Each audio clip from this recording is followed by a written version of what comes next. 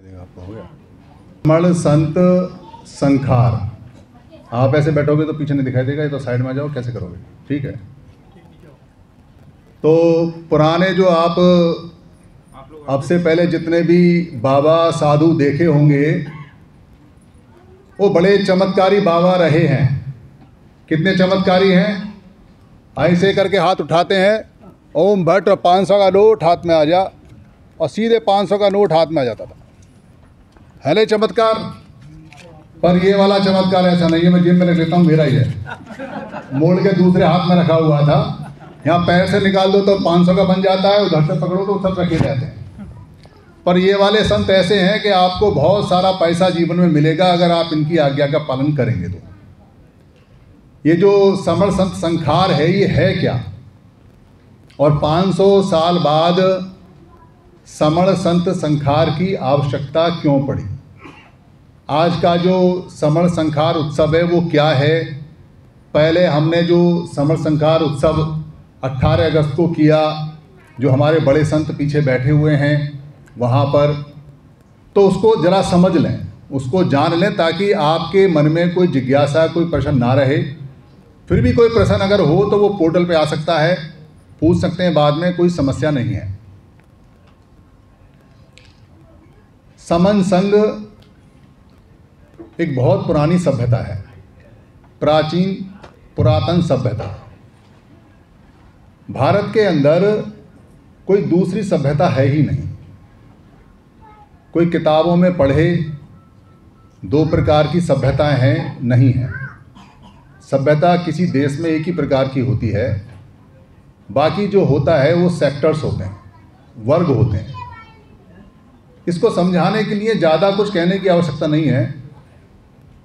अगर यहाँ से कुछ लोग व्यापार करने इंग्लैंड जाएं और इंग्लैंड जाकर व्यापार करें, वहाँ पर वो रहें, वहाँ की महिलाओं के साथ शादी करें, उनसे बच्चे पैदा करें, फिर व्यापार करते करते वहाँ के जो राजा है उससे संबंध स्थापित कर लें, फिर राजकाज में मदद करें, फिर धीरे धीरे राजा खुद बन जाएं और खुद ग्रेट ब्रिटेन के राजकाज में राजा बन के उसके शासक बन जाएं। तो क्या यहाँ के जो समण लोग हैं वो इंग्लिश हो जाएंगे? क्या वो यहाँ के जो समण लोग हैं वो ब्रिटेन वासी कहलाएंगे? क्या यहाँ के जो लोग हैं क्या वो अंग्रेजी सभ्यता के लोग कहलाएंगे? क्या उनकी जो सिविलाइजेशन है, संस्कृति है, क्या वो इंग्लिश हो जाएगी? वो कुछ भी कर लें वहाँ, पर उनकी सभ्यता, उनकी संस्कृति, उनके तीज, उनके त्योहार, उनके फेस्टिवल समण लोगों के नहीं हो सकते। समण लोग वहाँ के फेस्टिवल को मना सकते हैं, उस पर अपना नाम लिख सकते हैं, उसमें अपना नाम मिक्स कर सकते हैं, या उनमें कुछ भ्रम फैला सकते हैं, या कुछ अपनी सभ्यता को मिक्स करने की कोशिश कर सकते हैं। पर दुनिया इधर से उधर हो जाए, यहाँ के जो समण लोग हैं उनकी सभ्यता किसी भी हालत में ब्रिटिश सभ्यता नहीं होगी। ब्रिटिश जो सिविलाइजेशन है वो नहीं होगी। वो वहाँ एक सेक्ट के रूप में होंगे, चाहे बेशक वो संख्या में आधे से ज़्यादा भी हो जाए। वैसे ठीक उल्टा है, भारत में दुनिया भर के लोग आए रहते हैं, उनकी सभ्यता यहाँ मिक्स होने की कोशिश कर सकती है, वो भ्रम फैला सकते हैं, वो हमारी सभ्यता पे अपना नाम लिख सकते हैं, समण सभ्यता को बदलकर श्रमण सभ्यता बोल सकते हैं, समण लोगों को श्रमिक बोल सकते हैं, श्रम करने वाला बोल सकते हैं, राजा लोगों को मजदूर बोल सकते हैं, पर समण सभ्यता, समणीय सभ्यता कहीं नहीं जाती। ये बाबा साहब अम्बेडकर ने साफ साफ बताया हुआ है। तो समण सभ्यता के बहुत सारे अंग होते हैं, समण लोगों की बहुत सारी चीज़ें होती हैं। जितने भी देश में क्रियाकलाप हैं, चाहे वो तीज, त्योहार, फेस्टिवल, उत्सव, उनके संत, उनकी मान्यताएं, उनका व्यापार, उनका रोजगार, उनका पहनावा, उनका भाषा, उनका खाना, उनका पीना, उनका नाचना, उनकी शादी, उनका ब्याह, उनका जन्मकरण, उनकी मृत्यु, कोई भी जो मनुष्य से संबंधित कार्यक्रम है वो समण सभ्यता का ही है। वो किसी भी हालत में ब्रिटिश सभ्यता का नहीं हो सकता, वो यूनानी सभ्यता का नहीं हो सकता, वो अफ़गानी सभ्यता का नहीं हो सकता, वो मध्य एशिया की सभ्यता का नहीं हो सकता।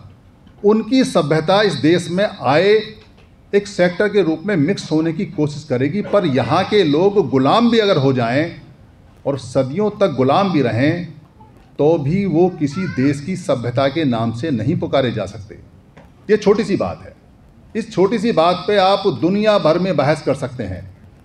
इस हिसाब से आप किताबों में कुछ भी लिख दीजिए कि यहाँ 2 प्रकार की सभ्यता है, 3 प्रकार की सभ्यता है, एक वमन सभ्यता है, एक समण सभ्यता है, लिख दीजिए। हमारे हाथ में किताबें नहीं थी, हम अपना पढ़ना लिखना भूल गए थे। हमारा इतिहास लोक कहानियों में चलता है, हमारा इतिहास संतों की वाणियों में चलता है, हमारा इतिहास यहाँ ज़मीनों में खेतों में चलता है, हमारा इतिहास यहाँ की भाषाओं में चलता है, हमारा इतिहास यहाँ समणीय धर्मों में चलता है। हम लिखे हुए पे यकीन करें या ना करें, पर हम अपनी सभ्यता के मालिक हैं, जिसका नाम समण सभ्यता है। यहाँ से लेके और दुनिया के किसी भी कोने तक आप जाएंगे, आपको बाहर की किताबों में यहाँ समणीय धम्म मिलेगा। समणीय धम्म, भारत के अंदर समणीय धम्म चलता है। उस समणीय धम्म का नाम इसलिए पड़ा क्योंकि ये समणीय सभ्यता है, समण सभ्यता है। तो इस सभ्यता के अंदर हम सारे लोग समण हैं, ये बात समण संघ खूब बताता है और इसका प्रचार प्रसार लगातार खूब करता है। और अपने अपने फ़ोन थोड़े बंद कर दें, क्योंकि जिन लोगों के फ़ोन ज़रूरी नहीं है वो फ़ोन बंद कर देंगे तो उनको समझ में आएगा कि यहाँ आए हैं तो संत क्या होते हैं और क्या नहीं होते हैं। कारण ये है कि ये इंपॉर्टेंट चीज़ है, आपको किताबों में नहीं मिलेगी, कहीं इतिहास में नहीं मिलेगी और कोई आपको बताने वाला होगा नहीं। इस छत के ऊपर एक कार्यक्रम चल रहा है जो वमन संतों का है, पर वमनों में संत नहीं होते, संत समणों में ही होते हैं। वो संत अगर बनने की कोशिश भी करेंगे तो वो बात नहीं आएगी जो समण संतों के अंदर होती है। तो समन संघ क्या बता रहा है? समन संघ आपको बता रहा है कि यहाँ जितने लोग बैठे हैं, अगर कोई वमन नहीं है तो सारे समण हैं, और कोई अगर वमन है तो वो हाथ उठा ले और गेट उधर है। हम बड़े नम्र निवेदन से बोलते हैं कि अगर कोई वमन है तो बिना हाथ उठाए अपना फ़ोन कान पर लगाए और फ़ोन कान पर लगाने के बहाने सुनता सुनता निकल जाए। ये सभा केवल और केवल समणों की है, जैसा समन संघ का आदेश है। तो जितने भी समण लोग हैं, सारे के सारे समण लोग अपने पुराने कल्चर में जा रहे हैं, अपनी पुरानी सभ्यता को याद कर रहे हैं, उसका शरण कर रहे हैं। शरण का मतलब याद करना होता है, जैसे कहते हैं अनुसरण करना, शरणति माने याद करना होता है, उसको रिवाइव कर रहे हैं, उसको जान रहे हैं। तो समण संघ सारे काम कर रहा है। तो समण संघ देखता है कि हमें अपने बुद्धिजीवियों को ये बताने की आवश्यकता है कि वो वमन नहीं है। तो समन संघ ने ये काम किया और लगातार वो कर रहा है, मैं समण हूँ, इसकी पहचान बता रहा है। तो बुद्धिजीवियों को ये पता चल रहा है कि वो समण हैं और खूब बहस करें, बुद्धिजीवी हैं, अपनी बुद्धि को खूब तेज करें, खूब लोगों से बताएं और तय कर लें और सिद्ध करें कि वो वमन हैं या समण हैं। तो कितना ही बुद्धि को तेज करें, कितना ही लड़ें, कितना ही आपस में राग करें, कितना ही द्वेष करें, कितनी किसी बात को या ना मानें, पर वो ये नहीं कह सकते कि वो वमन है। यही बात हमें सिद्ध करनी है कि आप अलग अलग संगठनों में रहते हैं, ज़्यादा दिक्कत की बात नहीं है। आप अलग अलग मतों में संतों में रहते हैं, ज़्यादा दिक्कत की बात नहीं है। आप अलग अलग एक दूसरे के पेशे के रूप में जिसको जाति बोलते हैं उसमें रहते हैं, कोई दिक्कत की बात नहीं है। पर आपकी जो मूल पहचान है वो समण है या वमन है, ये अगर आप जान लोगे तो बाकी सारी चीज़ें सेटल होती हुई चली जाएंगी और ठीक होती हुई चली जाएंगी। ये पहचान हम भूल गए हैं। तो समन संघ ने बहुत सारे काम किए, एक संघति बनाई, समन संखार समिति, ये संत संखार समिति। ये जो संखार समिति बनाई है ये समन संघ से अलग है, क्योंकि समन संघ के जो 10 नियम आते हैं उसमें पद, पोस्ट, मंच, माला, माइक नहीं होता।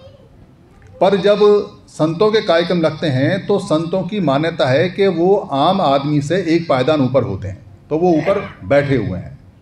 वो ऊपर बैठे हुए हैं इसलिए मंच है और उनका पद भी है, क्योंकि वो संत हैं तो उनका पद है। इसलिए संखार कमेटी समण संघ के उन नियमों को फॉलो नहीं करती, वो अपना संतों का काम अलग से करती है, वो अपना संघति का काम अलग से करती है। संघति के कार्यक्रम में अपने लोगों की रिकॉग्निशन, उन लोगों की मान्यता, उनको मान्यता देना, उस मान्यता को फैलाना उसका मुख्य काम है। जो कि सारे संघ करते हैं, दुनिया के जितने संघ हैं वो सब करते हैं। और सारे संघों ने जो मिशन सीखा है संतों का, वो भारत के संतों से सीखा है। भारत के संतों ने सबसे पहले सिस्टमेटिक तरीके से संत वाणी को दुनिया में फैलाने का काम किया। उसमें महावीर जैन भी आते हैं, उसमें बुद्ध भी आते हैं, और उसमें बाद के संत भी आते हैं जिन्होंने मिशनरी रूप से घूम घूम के पूरी दुनिया में संतों की बातों को पहुंचाया। तो संतों की आवश्यकता क्यों पड़ी? ये संतवाणी है क्या? हम संखार का काम करते हैं, संखार है क्या? संखार का मतलब होता है कोई वस्तु जैसी है उससे दूसरे रूप में बदलना, उसको संखार बोलते हैं। संस्कृत में इसको संस्कार बोलते हैं, और इंग्लिश में इसको बोलते हैं हाइब्रिड, यानी कि उसके रूप का परिवर्तन करना, जो उसका कोई और रूप है उससे उसको बदलना। यहाँ जो डॉक्टर रमेश चंद्रा हैं वो अब तक एक साधारण ज़िंदगी जी रहे थे, आज से उनकी ज़िंदगी संखार के बाद में बदल जाएगी, संस्कार हो जाएगा, उनका वहाँ पर रूप का बदलाव हो जाएगा, उनके काम का बदलाव हो जाएगा, उसको मान्यता आप लोग देंगे और उसके बाद में वो संत के रूप में काम हो जाएगा, तो उनका संखार हो जाएगा। तो संखारित लोग हो जाएंगे, संस्कार हो जाएगा, संत बन जाएंगे।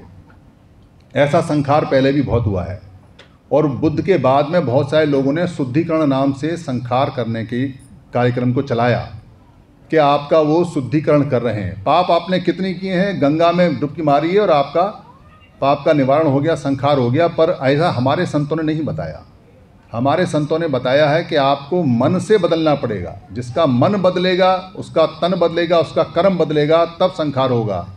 आपने यहाँ से संखार के लिए अनुमति दी, उधर संखार हुआ पर मन नहीं बदला, तो संत नहीं हुआ। संत होगा जब उसका मन बदलेगा, उसका कर्म बदलेगा। तो क्यों आवश्यकता पड़ी, क्या कारण है, क्या नहीं है? समन संग सभी जितनी धाराएं उनमें काम करता है। ठीक वैसे जैसा एक नन्हा बीज होता है, जब वो निकलता है तो उसकी एक मूल जड़ निकलती है, वो मूल जड़ का नाम है समन संग। पर अगर खाली मूल जड़ी चलती रहे और ऊपर पेड़ बढ़ता रहे तो ना तो पेड़ बढ़ेगा और ना ही वो मूल जड़ उसको रोक पाएगी। इसलिए उसकी मूल जड़ के रूप में साइड में साथ साथ और भी जड़ें निकलती हैं नीचे, और ऊपर और भी डालियाँ जो शाखाएं उसकी बनती हैं, तो पूरा पेड़ बनता है। वैसे ही समण संघ अपनी सारी शाखाओं को धीरे धीरे निकाल रहा है, तो सब में काम कर रहा है। तो जो सब में काम कर रहा है तो उसके प्रचार के तरीके क्या हैं?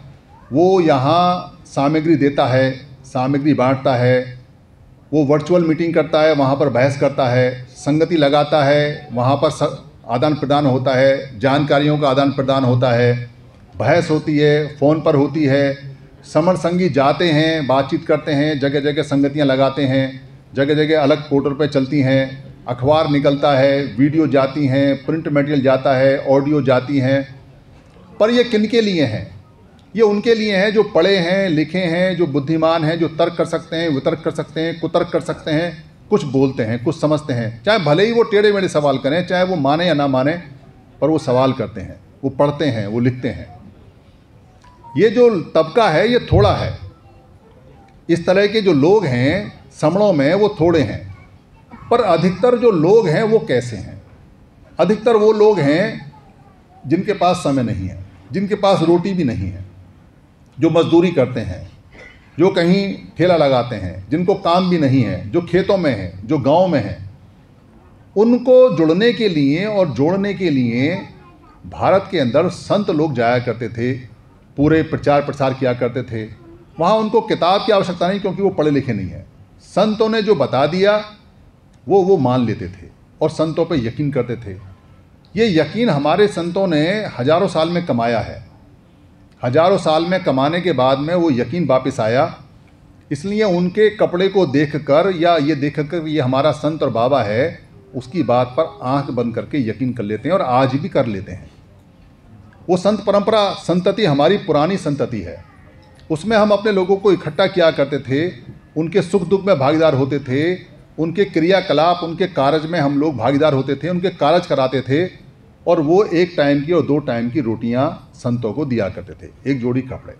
और हर घर से 2-4 घर से 2-4 कुटुंब से कोई ना कोई एकाध संत निकलता था, और ऐसे संतों के संघ बन जाते थे जो पूरे समाज को संचालित करते थे। ये हमारे प्रचारकों का, ये संतों का मेन काम था, संघ को जोड़े रखना, लोगों को जोड़े रखना, उनकी समस्याओं को दूर करना।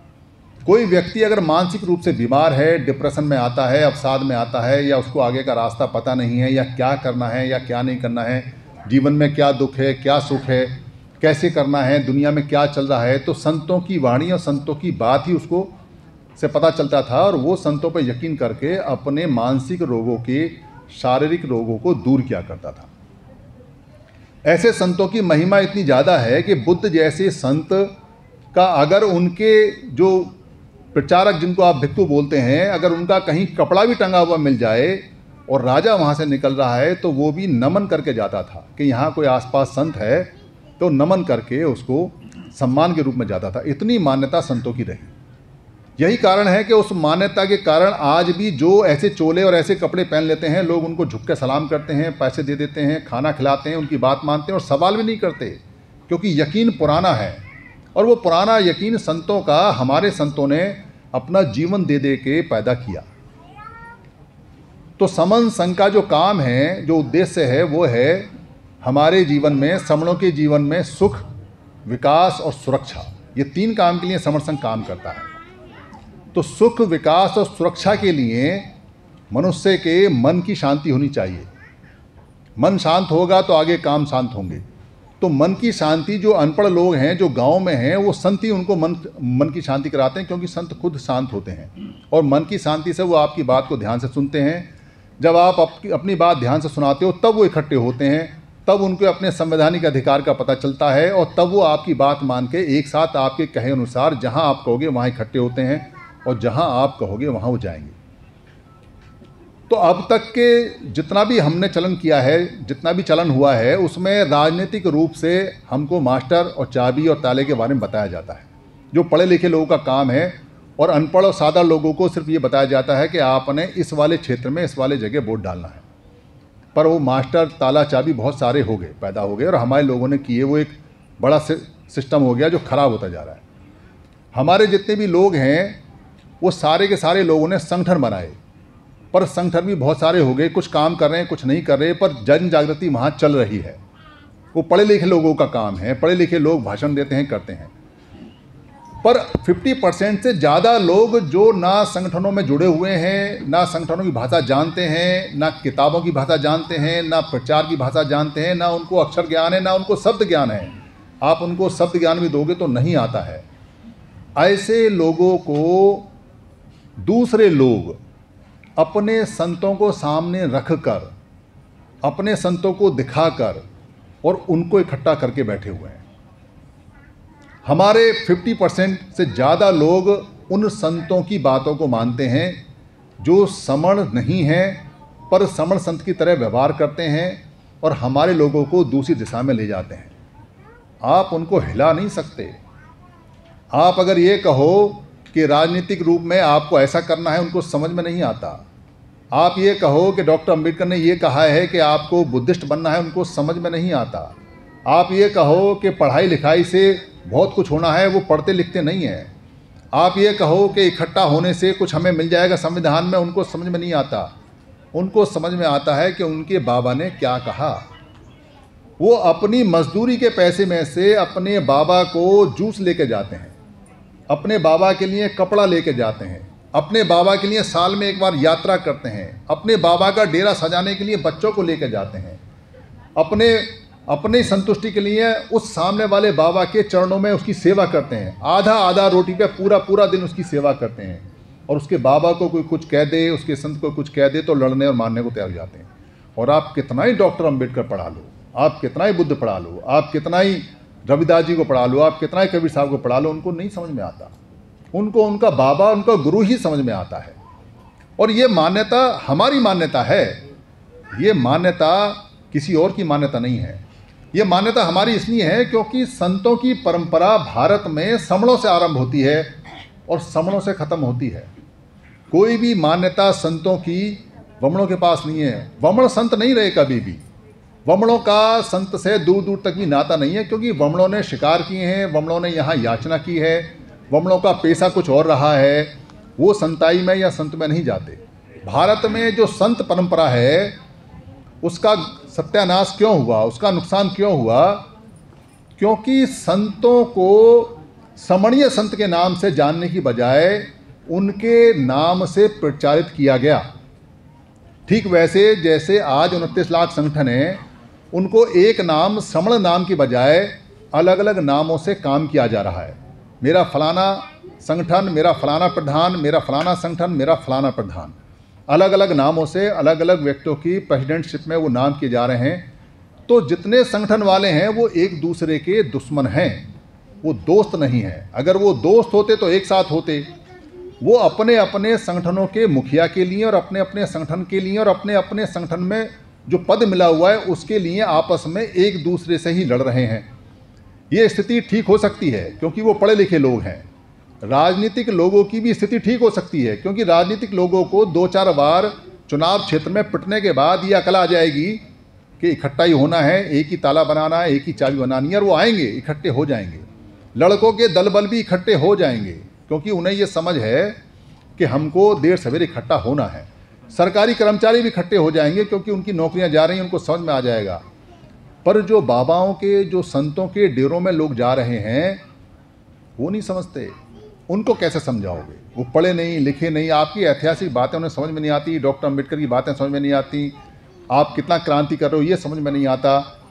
उनके लिए संत ही चाहिए, उनके लिए संत चाहिए, और संत भी वो चाहिए जो सच में सच्चा संत हो, क्योंकि कंपटीशन होगा। उनका जो बाबा है, जिसमें डेरे में वो जाते हैं, जिस आश्रम में जाते हैं, जिस संस्था में जाते हैं, वहाँ वो अपने बाबा को देखेंगे, देख चुके हैं, और यहाँ वो इन संतों को देखेंगे। फिर इन संतों में जो पुरानी मान्यता है जब वो निकल के बाहर आएगी, फिर वो कंपैरिजन करेंगे और वो तुलना करेंगे। वो ये देखेंगे कि संत तो इनको कहते हैं, इनमें संत के गुण हैं, अब तक तो वो असंत वाले गुणों के पास जा रहे थे। क्योंकि जब तक आप संत नहीं दोगे तब तक कंपैरिजन किसका करोगे? जब आपके पास संत ही नहीं है तो वो वंदामी संत किसको कहेगा? जब आपके पास संत ही नहीं है तो वो कैसे कहेगा कि मेरे पास मेरा भी समर्थ संत है तो मैं उससे जाके सीखूं, फिर मैं अंतर देखूं? उसके लिए उन 50% से ज़्यादा लोगों के लिए आपको हजारों संत चाहिए, हजारों संत चाहिए। और हजारों संत शुरू होते हैं एक संत से, 2 संत से और 3 संत से। आज 2 संत हैं, और भी संत आने वाले हैं, और भी संत बनेंगे। तो उन संतों की आवश्यकता इसलिए हमें पड़ रही है क्योंकि हमको इकट्ठा होना है। और लोकतंत्र के अंदर, संवैधानिक व्यवस्था के अंदर, संविधान ये नहीं पूछता कि ये तेरा बाबा का चेला है या मेरे बाबा का चेला है, ये कहाँ से आया है, कहाँ से गया है। वो तो ये देखता है कि समणों के पास कितने लोग हैं और बमणों के पास कितने लोग हैं। आपने अगर अपने सारी ताकत लगा के संवैधानिक रूप से, राजनीतिक रूप से, या जो आप बुद्धिजीवी हैं उसके रूप से, या जो आप सरकारी कर्मचारी हैं उसके रूप से लोग इकट्ठे कर लिए, तो भी संख्या में संविधान के आगे वो कम ही पड़ेंगे। क्योंकि आपकी आधी जनसंख्या तो उधर है जहां उनको जैसे कहा जाता है वैसे ही माना जाता है। आपको याद होगा कि जैसे जैसे संवैधानिक व्यवस्था का चुनाव का समय आता है, वैसे वैसे राजनीतिक लोग संतों के डेरों में जाना शुरू कर देते हैं और संतों के डेरों में एक कमरा देते हैं, अपने फंड में से कुछ रुपया दे देते हैं, और ऐसे सभा बैठी होती है और वो संतों के बराबर में जाके बैठते हैं और अपना चेहरा दिखाते हैं। क्यों? क्या वो संत बनने आए? क्या वो संत के गुण लेने आए? क्या वो संत से शिक्षा लेने आए? नहीं लेने आते। वो वहाँ बैठे हुए लोगों का समर्थन लेने आते हैं। एक कमरे में पूरा पूरा संत समाज उनको समर्थन दे देता है। एक 25,000 का अनाउंसमेंट कर देते हैं, 1 लाख का अनाउंसमेंट कर देते हैं कि यहाँ हम एक कमरा बनवाएंगे, और पूरा जितना भी वहाँ बैठे होते हैं उनको लगता है कि बाबा जी ने कह दिया, बाबा जी के बराबर बैठे हुए हैं तो बस काम हो गया। उस व्यवस्था में भी आपको जाना पड़ेगा। पुराने समय में जो संतों की व्यवस्था थी उसमें संत बिखरे हुए थे। 62 प्रकार के समन संत हुआ करते थे भारत के अंदर। जब बुद्ध ने उनको इकट्ठा करने का काम किया, और उनको इकट्ठा करने का काम करने के लिए कहीं लड़े नहीं, पर तर्क में उन्होंने उनको ललकारा। कुछों के पास वो गए और कुछ उनके पास आए, और सारे ही समन्वय धर्म के संत थे। उनको सिखाया कि भाई अलग अलग रहने से लोगों में भ्रांति फैलती है, लोग टूटते हैं। इसलिए इकट्ठा होना है। इकट्ठा होने के लिए आपने बैठ के बात करनी चाहिए। आप भी संत हो और इधर भी सारे संत हैं, अंतर कहाँ है? उस अंतर को दूर किया और सारे संत एक समन्वय धर्म में आए, जिसको उस समय बाद के समय में बुद्ध के नाम से बोला गया। उस समय तक तो समन्वय धर्म था जब तक बुद्ध थे, बाद में लोगों ने उसको बुद्ध धर्म के नाम से करके एक सेक्टर बनाया। यही काम गुरु रविदास जी ने किया। उन्होंने भी सारे संतों को इकट्ठा किया 500-600 साल पहले, 700 साल पहले, और उन सबको इकट्ठा करके कहा कि एक मत में आना है। संत अगर अलग अलग रहेंगे तो फिर संत नहीं है। वो काम 500 साल से लगभग रुक गया और हमारे संत भी लगभग बंद हो गए। अभी जब समन संघ ने संत समागम किया दिल्ली के अंदर, तो क्या उद्देश्य था? उद्देश्य था कि सारे समन संत एक साथ बैठें, क्योंकि संत अलग अलग हैं। संत एक साथ नहीं बैठेंगे तो अनुयायी कैसे एक साथ बैठेंगे? इसलिए समन्वय संत की परंपरा का आरंभ करके और संत समन संत मरणोपरांत जो पीर फकीर समन संत मान्य साहब काशीराम जी हैं, उनको संत डिक्लेयर किया गया। पहले संत समन संत डिक्लेयर किया गया, दूसरे संत रतिलाल देसाई सर हैं, और तीसरे आज यहाँ प्रस्तावित हैं जो आपके अनुमोदन से संत का कार्यभार संभालेंगे। तो संतों को क्या कहा गया? समन संघ में क्या बताया गया कि सारे संत अलग अलग हैं, आपकी जिम्मेदारी है, आपने सारे संत इकट्ठे करने हैं। आप कोई समुदाय नहीं बना रहे हैं, आप कोई अलग से संत परंपरा नहीं बना रहे हैं। आपने सभी संतों के डेरे में जाना है, संत तो रहे नहीं, उनके अनुयायी हैं, और उनसे ये निवेदन करना है कि भाई आप ये बताइए, क्या आपके संत ने ये कहा है कि चोरी करना? क्या आपके संत ने ये कहा है कि व्यभिचार करना? क्या आपके संत ने ये कहा है कि आप हत्या करना? क्या आपके संत ने ये कहा है कि झूठ बोलना? क्या आपके संत ये कहते हैं कि नशा करना? क्या आपके संत ये कहते हैं कि गरीबों का शोषण करना? क्या आपके संत ये कहते हैं कि ऊंच नीच को मानना? क्या आपके संत ये कहते हैं कि और संतों की बेइज्जती करना? क्या आपके संत ये कहते हैं कि सारे अनुयायी अलग अलग हैं? क्या आपके संत ये कहते हैं कि संतों में भेद करना? क्या आपके संत ये कहते हैं कि सारे संतों की अलग अलग वाणी है? क्या आपके संत ये कहते हैं कि मैं बड़ा और मैं छोटा? ये बताइए। जब आपके संत इनमें से कुछ कहते ही नहीं हैं तो सारे संत एक है ना? फिर भेद क्यों है? ये भेद इसलिए है क्योंकि जैसे संगठनों के जो मालिक हैं वो अपना पद, पोस्ट, मंच, माला, चंदे का लालच नहीं छोड़ते, वैसे ही संतों के जो चेले हैं और जिन्होंने संतों के नाम से अलग अलग मठ, अलग अलग आश्रम, अलग अलग दरबार बनाए हुए हैं, वो लोग वहाँ संतों की वाणी बताते हैं। पता नहीं कौन सी वाणी बताते हैं कि दूसरे संत से मिलते ही नहीं, दूसरे डेरे से मिलते ही नहीं, और एक डेरा दूसरे डेरे की कभी अच्छाई नहीं करता, बुराई करे ना करे, पर उससे मिलने की बात नहीं करता। और एक संत के लोग दूसरे संत के यहाँ जाते ही नहीं, उसके यहाँ बैठते ही नहीं, उसके यहाँ बात ही नहीं करते। और नशा इतना ज़्यादा दिमाग पे चढ़ा हुआ है अपने संत का, जबकि संत है नहीं, संत तो मर चुका है, कि वो कहते हैं कि हमारा संत सबसे अच्छा है। संत ने कभी कहा नहीं कि वो सबसे अच्छा है, पर चेले पूरा दावा भरते हैं, सुप्रीम कोर्ट तक जाके लड़ते हैं कि हमारा संत ही सबसे अच्छा है, हमारा संत सबसे बड़ा है, हमारा संत ही गजब का है, बाकी तो संत बेकार हैं। यहाँ तक कि बुद्ध का और महावीर जैन के जो समकक्ष थे उनका भी झगड़ा लगाया जाता है साहित्यों के अंदर, जबकि बुद्ध और महावीर जैन कभी मिले नहीं और दोनों ही समणीय परंपरा के समण संत रहे हैं। एक की ख्याति पूरी दुनिया में चली गई और एक की ख्याति इंडिया में रही। उसका कारण यह है कि जो संत हो जाता है उसको राग द्वेष से मुक्त हो जाता है, मोह से मुक्त हो जाता है, फिर वो कपड़े पहने या ना पहने उससे फ़र्क नहीं पड़ता। महावीर जैन को फ़र्क नहीं पड़ा क्योंकि वो तो मुक्त हो गए, उन्होंने कपड़े नहीं पहने, पर बुद्ध को चारों तरफ फैलाना था, इसलिए उन्होंने मनुष्य के हिसाब से कपड़े पहने और संतों को भी शरीर ढकने के लिए कहा। तो जब लोगों के पास जाएंगे तो पूरे कपड़े पहन के जाएंगे तो वहाँ वो विचार को दे सकते हैं। महावीर जैन के अनुयायी इस हालत में अपने विचार को नहीं दे सकते, पर बाद में उन्होंने, कुछ लोगों ने श्वेतांबर में कपड़े भी पहने कि भाई हमको लोगों तक जाना है तो लोगों के हिसाब से चलना है। बस इतना अंतर था, पर वाणी दोनों की सेम है, वाणी में अंतर नहीं है। गुरु रविदास जी की हो, कबीर साहब की हो, महावीर जैन की हो, बुद्ध की हो, चोखा मेला की हो, नामदेव की हो, जो गुरु दुर्बलनाथ हैं उनकी हो, या राजस्थान के रामदेव बाबा हैं उनकी हो, या बंगाल के गुरु हरचंद ठाकुर हैं उनकी हो, या गुरु घासीदास जी हो, किसी भी संत की आप उठा लो, वाणी सेम है, बातें सेम हैं, वेशभूषा अलग है, भाषा अलग है, समय अलग है, तरीका अलग है, पर उन्होंने सबने कॉमन बात बताई है। तो कैसे इकट्ठा करोगे संतों को? क्योंकि अगर आप ये बात कहो किसी संत से कि भाई तुमने अलग अलग क्यों खोल रखा है ये डेरा, और तुम ये क्या कर रहे हो, और तुम्हारे संत ने ऐसा कहा नहीं कहा, तो उसने 4-5 10-5 अपने चेले बना रखे हैं जिनका सोच विचार बंद है, वो आपसे लड़ मरेंगे और वो आपको सीधे सीधे कह देंगे आप कौन होते हो, आप क्या संत हो जो हमको सिखा रहे हो? तो हम तो संत नहीं हैं, आप भी संत नहीं हो, पर हमारे पास संत हैं।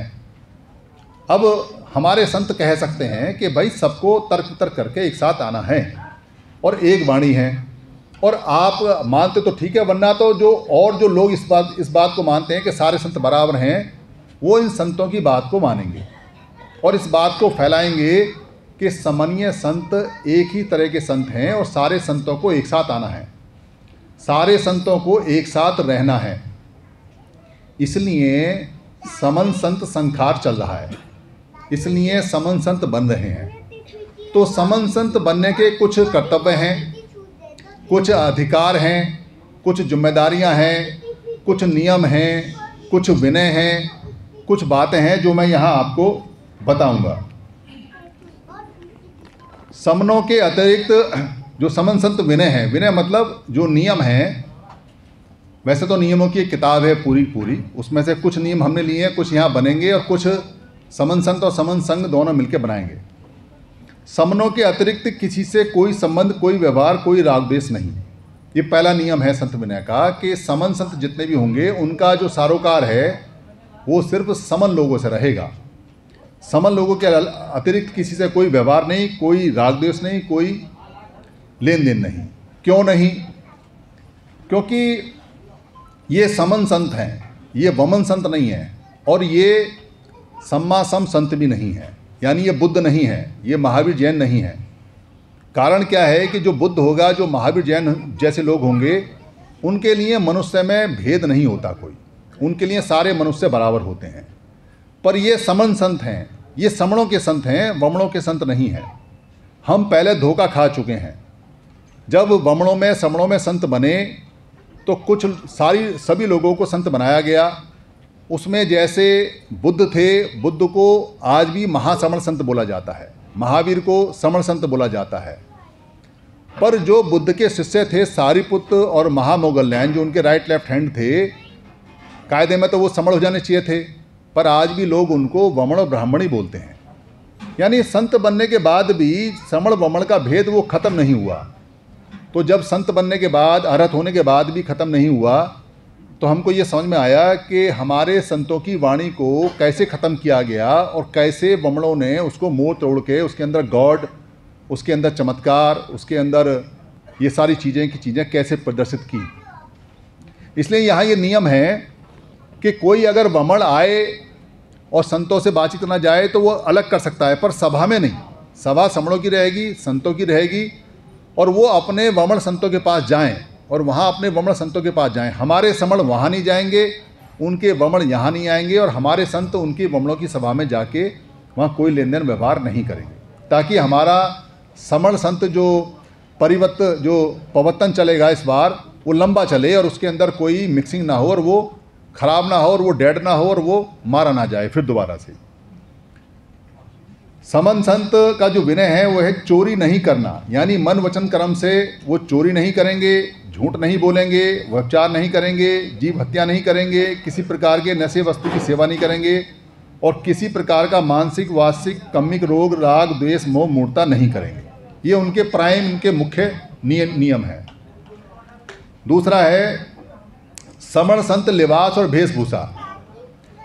समण संत लिबास और वेशभूषा समणों की कैसी होनी चाहिए, संतों की वेशभूषा क्यों होती है, पहले इसको समझ लें।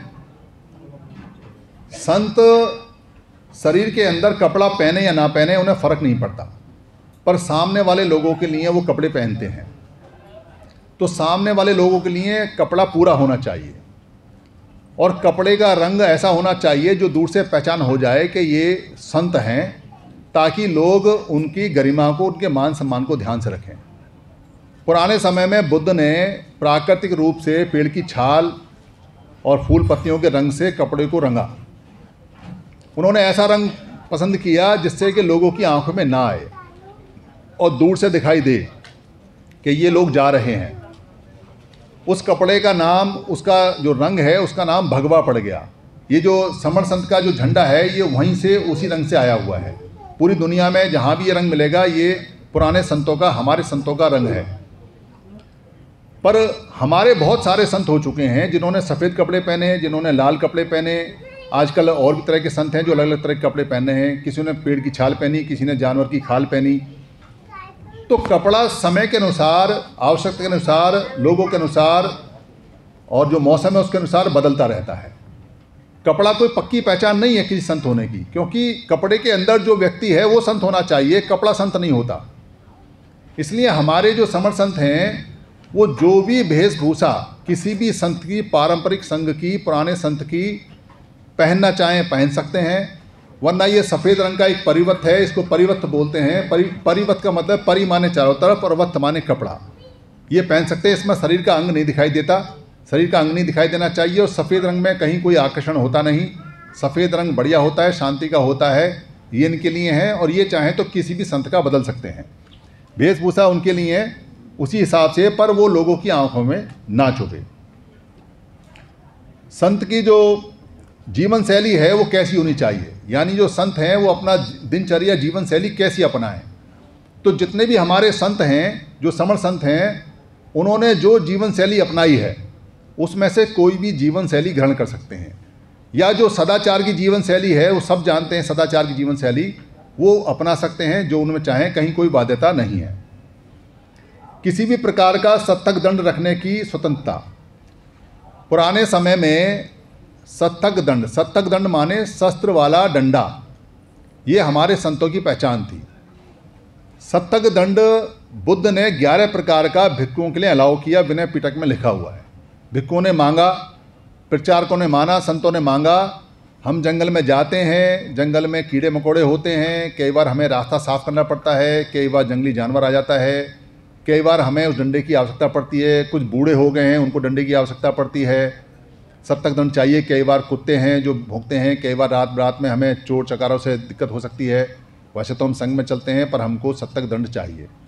बुद्ध ने 11 प्रकार की मूठ का सत्तक दंड अलाउ किया, विनय पिटक में है, पढ़ लेना आप लोग। पर आम जनता के लिए तो हर प्रकार का अलाउ था। जितने भी संत बाबा आज तक जो भी डंडा या डंडी हाथ में रखते हैं वही है जो हमारे संतों ने दिया है, और वो संतों की मान्यता है। सभी संतों को रखना चाहिए, और भिक्षुओं ने छोड़ दिया। भिक्षुओं को तो सबसे पहले रखना चाहिए, क्योंकि भिक्षु भी समर संत में आते हैं। इसलिए यहाँ सत्तक दंड संखार भी होगा, और सत्तक दंड दोबारा से वापस आ रहे हैं। जो सत्तक दंड हमारे सम्राट अशोक के समय भी था उनके हाथ में, वो राज चलाने के लिए था, और ये संताई चलाने के लिए इसकी आवश्यकता है, क्योंकि संतों को अपनी सुरक्षा के लिए सत्तक दंड रखने का अधिकार उनके गुरुओं ने दिया है, और वो होना चाहिए, उसकी मान्यता है।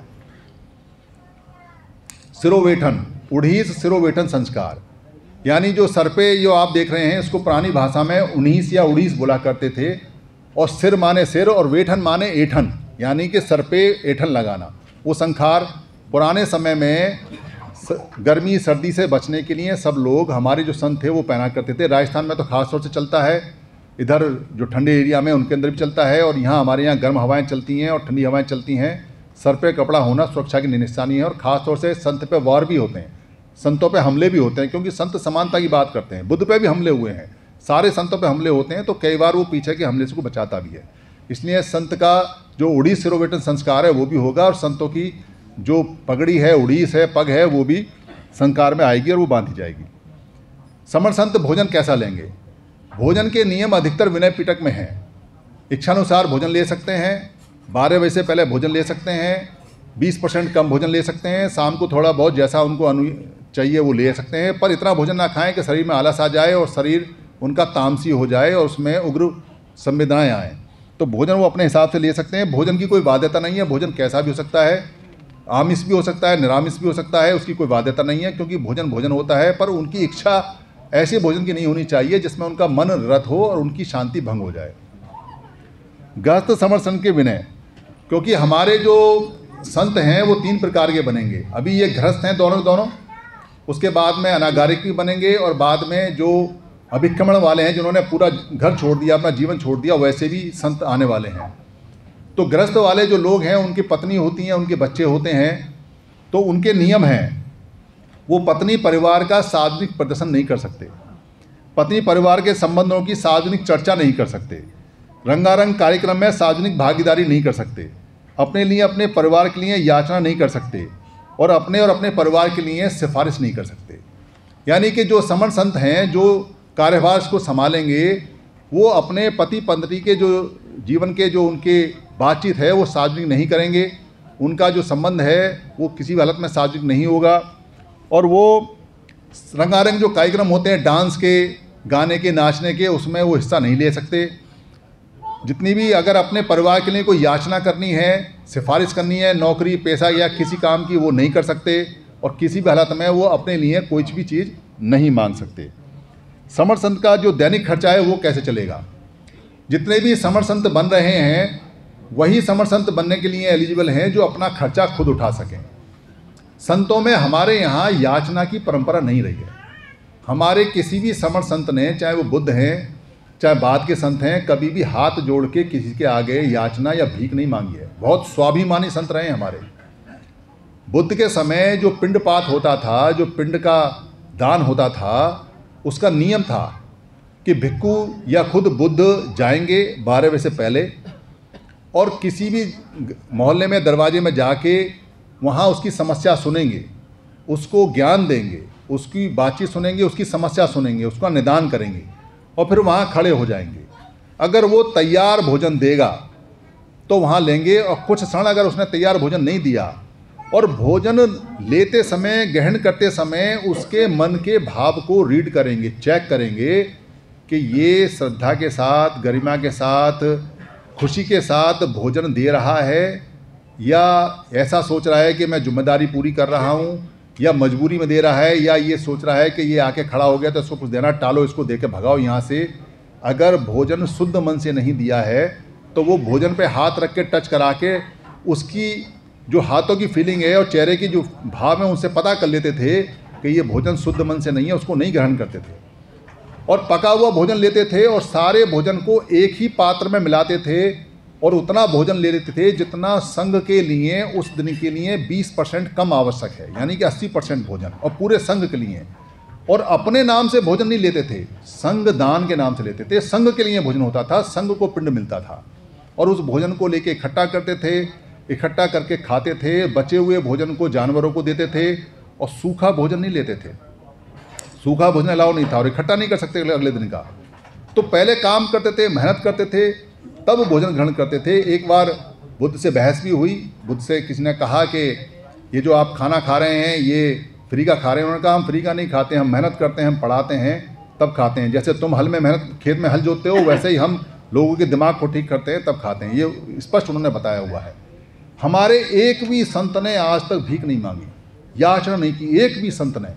पर बाद में जो वमन लोग उसमें घुसे, उन्होंने पुरानी मान्यता के हिसाब से सूखा खाना भी, गीला खाना भी, पैसा भी, रजत भी, सोना भी, चांदी भी, जमीन भी, जायदाद भी, गाय भी, भैंस भी, गोबर भी, सब देना शुरू कर दिया। ये हमारी परंपरा संतों की नहीं है, ये बदनाम की गई है। तो हमारे संत याचना नहीं करेंगे भोजन के लिए, ना वो भोजन मांगेंगे। अगर आपने भोजन दान के लिए बुलाना है तो भोजन दान के लिए नहीं आएंगे, वो वहाँ पर ज्ञान दान के लिए आएंगे। ज्ञान दान के समय भोजन दान होगा तो भोजन करेंगे, वरना तो वो अपने, उनका आना जाना उनके खर्चे से खुद उठाएंगे, वो आपसे नहीं लेंगे। पर अगर आप उनको बुलाते हैं और कोई वाहन अगर उनको प्रोवाइड कराते हैं तो गरिमा के साथ, ऐसा नहीं कि संत के साथ चिपक के बैठ गए कि संत हमारे घर के हैं तो दो इधर से घुस गए दो उधर से, नहीं। संत की गरिमा मेंटेन करते हुए वो आपके द्वारा दिए हुए किसी सुविधा में आ जा सकते हैं, पर गरिमा रूप में होनी चाहिए। अदरवाइज उनके वो सक्षम है कि वो खुद भी आ जा सकते हैं। इसलिए संतों का जो वहन है वो खुद करेंगे और वो किसी भी हाथ से मांगेंगे नहीं। अगर किसी समर्थ संत को ये लगता है कि वो संत का कार्यभार की जिम्मेदारी को नहीं उठा सकते हैं क्योंकि गृहस्थ हैं, कोई दिक्कत आ रही है, तो वो संत के कार्यभार की जिम्मेदारी से मुक्त हो सकते हैं अपने समन संत संघ की आज्ञा से। पहले एक संत थे अकेले, आज संत ये बनने के बाद में दोनों का संघ बन जाएगा, दो लोगों का संघ बन जाता है। तो समन संत संघ आज द्वारा से अस्तित्व में आ जाएगा और यहाँ हम समन संत संघ का जो प्रचार प्रसार है वो शुरू हो जाएगा। तो समन संघ की आज्ञा से कोई व्यक्ति जो समन संत है वो अपना कार्यभार छोड़ना चाहे छोड़ सकता है और दोबारा अगर वो लेना चाहे तो ले सकता है। ऐसा नियम पहले भी था, ऐसा नियम अभी भी है, इसमें कोई बुरी बात नहीं है। बुरी बात तब है संघ का संत का कार्यभार ले ले और कार्यभार ना संभाल पाए, उससे ना संत रहेगा ना कार्यभार रहेगा, उससे बहुत ज़्यादा नुकसान होगा, तो उससे मुक्त हो सकता है। समण संत का जो सार्वजनिक संबोधन होगा वो केवल समणों के हित में होगा, यानी कि जो वो संबोधन जब भी करेंगे वो समणों के हित के लिए करेंगे, किसी के अहित में नहीं होगा। चाहे कोई वमण हो चाहे कोई अन्य हो, पर हमारा समण संत किसी भी हालत में आज तक भी किसी ने भी किसी के अहित में कोई संबोधन किया ही नहीं है, ये भी नहीं करेंगे। समनीय धम्म के आधार पर होगा, यानी जो पुराना समनीय धम्म है जिसमें सारे संतों के धम्म आते हैं उसी के आधार पर संबोधन होगा, कुछ नया नहीं होगा। प्राकृतिक धम्म के आधार पर होगा और जो प्राकृतिक नैसर्गिक धम्म है उसके आधार पर संबोधन होगा। ये उनकी लिमिटेशन होंगी। ऐसा नहीं है कि कुछ भी मन में आया और संत ने बताना शुरू कर दिया, वो मान्य नहीं होगा और उसके लिए वो अधिकृत भी नहीं हो। उनका समन संत संघ इस बात को देखेगा, संचालन करेगा। समन संतों का जो आवागमन होगा वो स्वतंत्र होगा। कोई व्यक्ति अगर समन संत को अपने यहाँ बुलाना चाहता है, कार्यक्रम लगाना चाहता है, तो समन संत खुद देखेंगे कि समन संत के कार्यक्रम की और संत के कार्यक्रम की वहाँ आवश्यकता है या नहीं है, वहाँ गरिमा है या नहीं है। पता चला कि लोग फ़ोटो खिंचवाने के लिए ही संत को लेके आ रहे हैं कि चलो संत बन गए, इनके साथ 2 फोटो खिंचवा के लोगों को हम कहेंगे कि हमने समन संत बुलाया। ऐसा नहीं है। समन संत डिसाइड करेंगे, अगर उनको लगेगा कि वहाँ कार्यक्रम में समन संत की आवश्यकता है और उसकी गरिमा है और उसकी ज़रूरत है, उससे लोगों का कल्याण होने वाला है, तो वो स्वीकृति देंगे, अदरवाइज उन्हें देंगे। ऐसा पहले भी होता था। इतनी बार बुद्ध जैसे संत को बुलाया गया पर वो हर जगह से अनुमति नहीं देते थे। जहाँ उनको लगता था कि यहाँ धम्म की बात आगे बढ़ेगी वहाँ जाते थे, सब जगह नहीं जाते थे। उनको बहुत लोग बुलाते थे। समन संत की गरिमा बनाए रखने की बाध्यता, यानी कि जितने भी समन लोग हैं उनको ये बाध्यता है उनकी कि वो समन संत की गरिमा को बनाए रखें। उसके लिए जब भी समन संत से मिलें तो झुक के एक बार नमस्कार करें या इशारे में करें। अगर हॉल छोड़ कर जाएँ तो एक बार जिधर वो बैठें, चाहे वो देखें या ना देखें, एक बार झुक के जाएँ। उनके आगे से उनके पीठ पीछे करके ना जाएं, अगर यहाँ से जाएं तो पीछे होते हुए जाएं। गरिमा बनाने के सारे नियम आपको पता है कि कहीं भी ऐसा ना लगे कि समन संत की गरिमा का हनन हुआ है। समन संत की अगर गरिमा का हनन होता है तो आपके बच्चों की गरिमा का हनन होगा, आपका हनन होगा। समन संत का कुछ नहीं जाएगा। समन संत तो मुक्त हो गए, वो तो राग द्वेष से मोह मूर्ता से मुक्त हो गए। अपने परिवार से उन्होंने अनुमति ली है, संघ से अनुमति ली है, आपने अनुमोदन किया है, सब कुछ छोड़ के संत बने हैं। अगर आप उनकी गरिमा का ध्यान नहीं रखोगे तो वो तो मुक्त हैं, उन्हें गरिमा की आवश्यकता नहीं है, उनको किसी मान सम्मान की आवश्यकता नहीं है। पर उनका मान सम्मान समण संघ के लोगों का, संघियों का मान सम्मान है। जितना गरिमा आप अपनी बढ़ाना चाहते हो उतनी अपने संत को गरिमा, क्योंकि वहाँ उनको गरिमा की आवश्यकता नहीं है, वो गरिमा से परे हैं। वो ना वो राजनीति में जा रहे, ना वो भीख मांग रहे, ना वो आपसे कुछ पैसा मांग रहे, ना उनको कहीं कुछ चाहिए। उनका भोजन भी एक टाइम का है, वो रहेंगे भी और वो अब सिर्फ अपनी मृत्यु को प्राप्त करेंगे संत होने के बाद में। पर आपने तो जीवन चलाना है, आपने तो घर चलाना है, आपने तो गृहस्थी चलानी है। तो आपका अगर गरिमा बढ़ेगी तो सोसाइटी में आपकी इज्जत बढ़ेगी, आपके संत की जब गरिमा बढ़ेगी। जैसे ऊपर छत के ऊपर जो कार्यक्रम चल रहा है, उन्होंने अपने संत की गरिमा बढ़ा रखी है, चाहे वो कुछ भी हैं, पर वहाँ देखो उनका जय जयकारा किस तरह से है। वो वहाँ हमारे लोगों को कह रहे थे साइड हो जाओ, हमारे वो आने वाले हैं। हमारे लोगों ने कहा भाई तुम्हारे भी आने वाले, हमारे भी आने वाले हैं। अभी टक्कर बराबर है, अभी वमन समन दोनों का मामला चलेगा, तो घबराने की बात नहीं है। तो हमें अपने संत की गरिमा को पूरी तरह से बना के रखना है। भूल चूक होगी अभी थोड़ी बहुत, पर इसको मेंटेन करके रखना है। कोई भी अगर नियम, जितने भी पुराने नियम हैं वो सारे के सारे विनय पिटक में दिए हुए हैं। संतों के विनय पिटक के नियम पूरी दुनिया मानती है। ये आपको एक खुशी की बात होनी चाहिए कि भारत के संतों ने जो विनय पिटक बनाए हैं, जिसमें नियम बनाए हैं 311 महिलाओं के संतों के, कोई महिलाएं भी संत बनेंगी, और 227 नियम हैं जो नरों के लिए बने हुए हैं। वो नियम सारी दुनिया मानती है। जो संत जिनको हम क्रिश्चियन बोलते हैं, ईसाई बोलते हैं, वहाँ भी वही नियम चलते हैं। जिनको हम मुस्लिम संत बोलते हैं वहाँ भी वही नियम चलते हैं। जिनको हम सिख संत बोलते हैं वहाँ भी वही नियम चलते हैं। और हमारे जो बुद्ध के हैं वही पुराने नियम हैं और बुद्ध से पहले के जो नियम है वो चल रहे हैं। तो कोई भी नियम पुराना पड़ सकता है। अगर कोई नियम पुराना पड़ा है या कोई नियम जोड़ना है तो उसके जोड़ने का अधिकार दो लोगों के पास है। एक समण संत संघ जो आज बन जाएगा, और दूसरा समण संघ। समण संघ जो आप लोग बैठे हैं, क्योंकि आपने मानने हैं और उन्होंने चलाने हैं। दोनों की रजामंदी होनी चाहिए। दोनों ही इस बात का अनुमोदन करें कि इस नियम की आवश्यकता है, ये नियम बदलना है, ये नियम ठीक करना है, ये नियम जोड़ना है, ये नियम घटाना है। वो विनय पिटक के अनुसार या उस समय के अनुसार हो जाएगा। समन संघ जो है वो जिम्मेदारी लेता है लोगों की, आम साधारण की, और जो समण संत संघ है वो लेता है अपने संतों की। पर एक दूसरे के दोनों पूरक हैं और एक दूसरे के बिना चल नहीं पाएंगे। केवल और केवल एक समण संघ। पुराने समय में ऐसा हुआ कि जो धम्मिक संघ था बुद्ध का, उसको तोड़ने की देवदत्त ने बहुत कोशिश की। और एक बार देवदत्त ने 500 नए जो सामने आए थे, स्टूडेंट आए थे, उनको तोड़ के वो ले गए और ले जाके उन्होंने अलग से संघ बनाने की कोशिश की। पर बुद्ध ने संघ को तोड़ने के लिए कभी भी किसी भी हालत में किसी को अलाउ नहीं किया, क्योंकि संघ टूट नहीं सकता। संघ के एक नियम होते हैं। तो उन्होंने अपने 2 शिष्य भेजे और वहाँ से वो लड़के वापस बुलाए। पर देवदत्त को संघ में वापस नहीं लिया। भाई था मगर नहीं लिया, उसको अलग रखा और वो मर गया ऐसा कैसा ही। संघ के अंदर अगर कोई भी संत, ये संतों के लिए है कि कोई भी संत अगर अलग से समण संत संघ बनाने के बारे में सोचता भी है, बात भी करता है, जिक्र भी करता है, या ऐसा पता चलता है कि ये समण संत अलग जा रहा है, समण संत, क्योंकि सारा कुछ उसमें आप नियम बना सकते हो, तोड़ सकते हो, फिर अलग क्यों?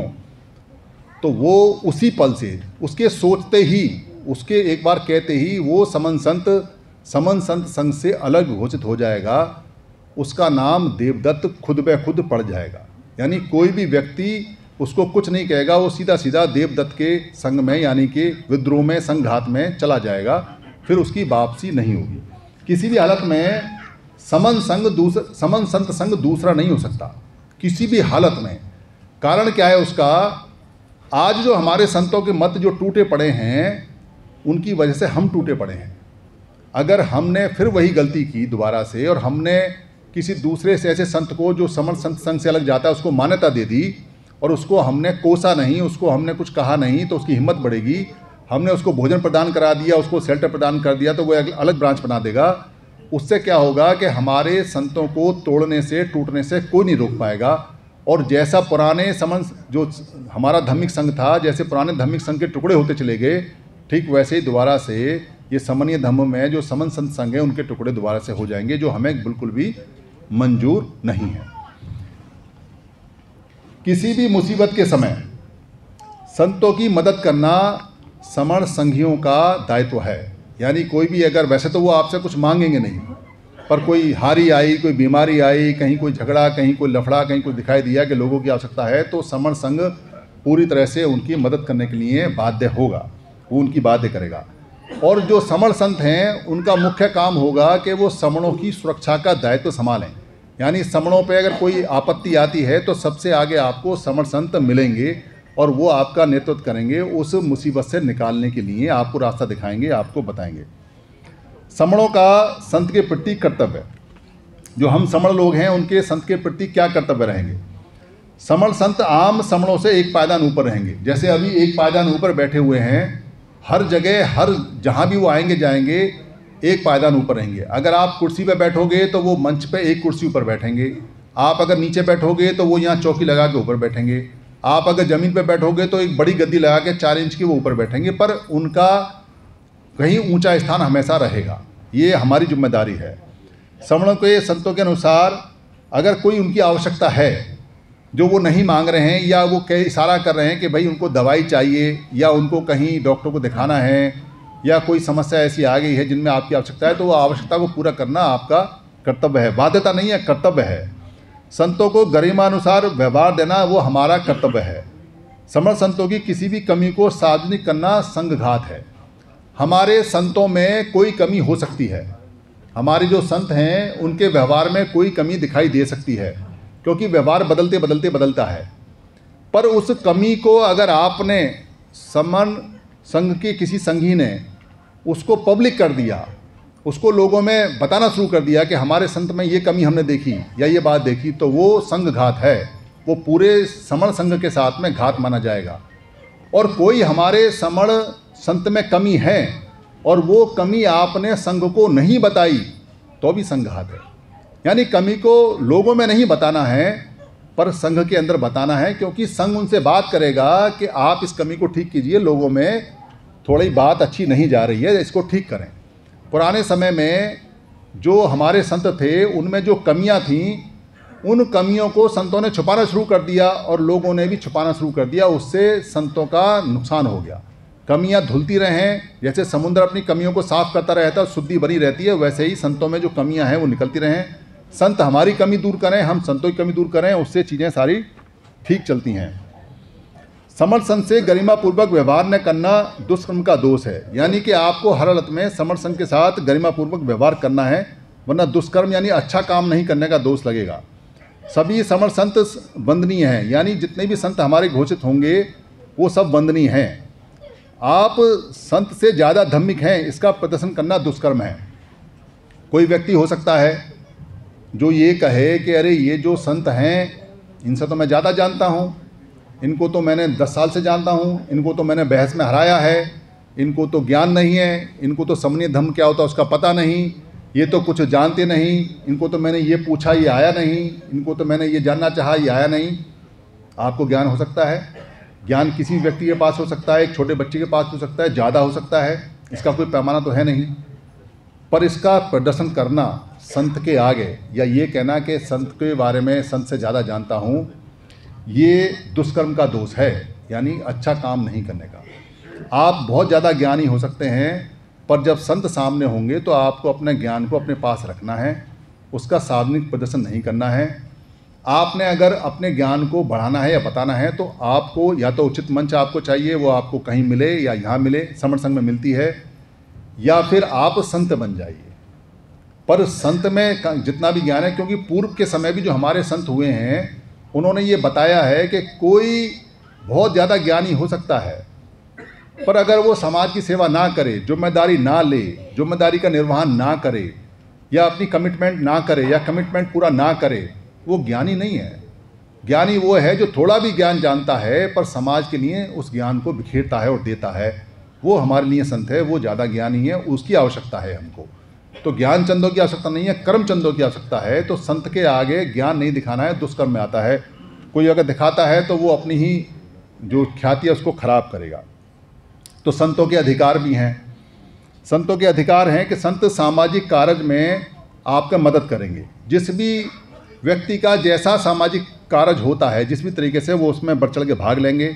आपकी शादी, आपकी सगाई, आपका जात दिवस यानी कि जन्म दिवस, आपका नामकरण संस्कार, आपका साधना संबंधी संस्कार, आपका समण संबंधी संस्कार, आपका उद्घाटन संबंधी संस्कार, आपका मृत्यु संस्कार, अगर आपके घर में कोई मृत्यु हो जाती है उसका संस्कार, कोई शांति पाठ, कोई अनुमोदन संस्कार, कोई समण महापुरुष लीड़ा है, कोई महापुरुष कथा वचन संबंधी है, कोई तिहार है, कोई उत्सव है, कोई संत व्यवस्थापक संबंधी कार्यक्रम है, समण लोगों के आचरण संबंधी देशना है, सिक्खा है, समणों का संबोधन है, समण संघ के माध्यम से केवल कोई आशीर्वचन देना है, किसी बच्चे को आशीर्वाद देना है, कोई पंचशील का धागा बांधने का अधिकार है, कोई कठोर व्यवहार है जो नालायक लोग होते हैं उनके लिए है, या तेलंगाना लगाने का अधिकार है। तेलंगाना मतलब ये सील समाधि प्रज्ञा वाली जो 3 हमारे लाइनें होती हैं, इनको लगाने का अधिकार, इनको लगाने का अधिकार, ये सारे अधिकार संतों के पास हैं। संत ये सारे काम करा सकते हैं अगर आप उनको आमंत्रित करेंगे, आप उनसे निवेदन करेंगे कि हमारा ये संखार करा दीजिए, तो वो आपका संखार कराने आपके यहाँ जाएंगे। जैसी व्यवस्था होगी या तो वो खुद आएंगे या आप उन्हें लेके आएंगे, वो उस समय उनसे बात करके अनुमति से प्राप्त होगा। कुछ अधिकार संतों के निषेध हैं जो वो कभी नहीं कर सकते। संत राजनीतिक संबंधी चर्चा, वक्तव्य, भाषण, लेख, वीडियो नहीं बना सकते। यानी राजनीति पे वो कोई बात नहीं कर सकते, ना ही चर्चा में भाग ले सकते। राजनीति से कोई उनका लेना देना नहीं है। कोई आर्थिक संबंधी व्यवहार नहीं कर सकते, लेन देन, व्यापार, ये सब काम वो नहीं कर सकते। संघ समर संघ व्यवस्थापन संबंधी, यानी समर संघ के मैनेजमेंट में वो सिर्फ सलाह दे सकते हैं, पर वो उसमें सीधे सीधे भागीदारी नहीं कर सकते। वमन के विरोध में संबंधी, यानी जो वमन लोग हैं उनके विरोध में कोई बात नहीं कर सकते। समणों को सीधे संबोधन, यानी अगर वो समणों को सब पूरी भारत के समणों को इकट्ठा करके डायरेक्ट संबोधन करना चाहे वो नहीं कर सकते। उनको संबोधन करना पड़ेगा, समण संघ के माध्यम से करना पड़ेगा। समण संघ उनको इन्वाइट करेगा कि आप आइए बोलिए, तब बोल सकते हैं, पर वो अपनी देशना के लिए तो बुला सकते हैं, पर जनरल बात के लिए एक साथ संबोधित नहीं कर सकते। ये इसलिए है क्योंकि हमने देखा है कि बहुत सारे जो लोग हैं वो संत बनते बनते नेता बन गए, संत बनते बनते राजनीति में चले गए, संताई छोड़ दी और नेतागिरी शुरू कर दी। उससे सीधे संबोधन की वैसे हुआ है, वैसा संबोधन ना हो, क्योंकि मन बदल सकता है किसी का भी, इसलिए ऐसा ना हो। राग द्वेष संबंधी कलाओं का सार्वजनिक प्रदर्शन नहीं करेंगे। किसी संत के अंदर अगर राग द्वेष संबंधी कोई भावना आती है तो उसका सीधे प्रदर्शन नहीं कर सकते। वो कटु व्यवहार नहीं कर सकते, कठोर व्यवहार कर सकते हैं, कटु नहीं कर सकते। यानी आपको डांट सकते हैं, आपको अच्छी तरह से बता सकते हैं, पर आपको किसी भी हालत में मन में कड़वाहट के साथ में बात नहीं कर सकते। पमु संत व यति संत के विनय नियम विनय पीठक के अनुसार होंगे। जो पमु माने होता है महिलाएं और पुरुष, और इत्थि माने होता है महिलाएं, यानी कि महिलाओं के, नर और नारी के जो नियम है वो विनय पीठक के अनुसार आगे उसके अंदर माने जाएंगे। तो ये सारा होगा। उनका एक मच्चु संखार भी है, यानी कि समर संत अगर मरेंगे, जब जीवन अपना शरीर छोड़ेंगे तो उस समय का उनका क्या होगा। समर संत के जो उनकी जो अस्थियां हैं, जो उनके अवशेष हैं, उनके बाल हैं, उनकी हड्डी है, उनके दांत हैं, उनके ऊपर एक स्तूप बनाया जाएगा उनकी याद में कि ये हमारे समर संत थे।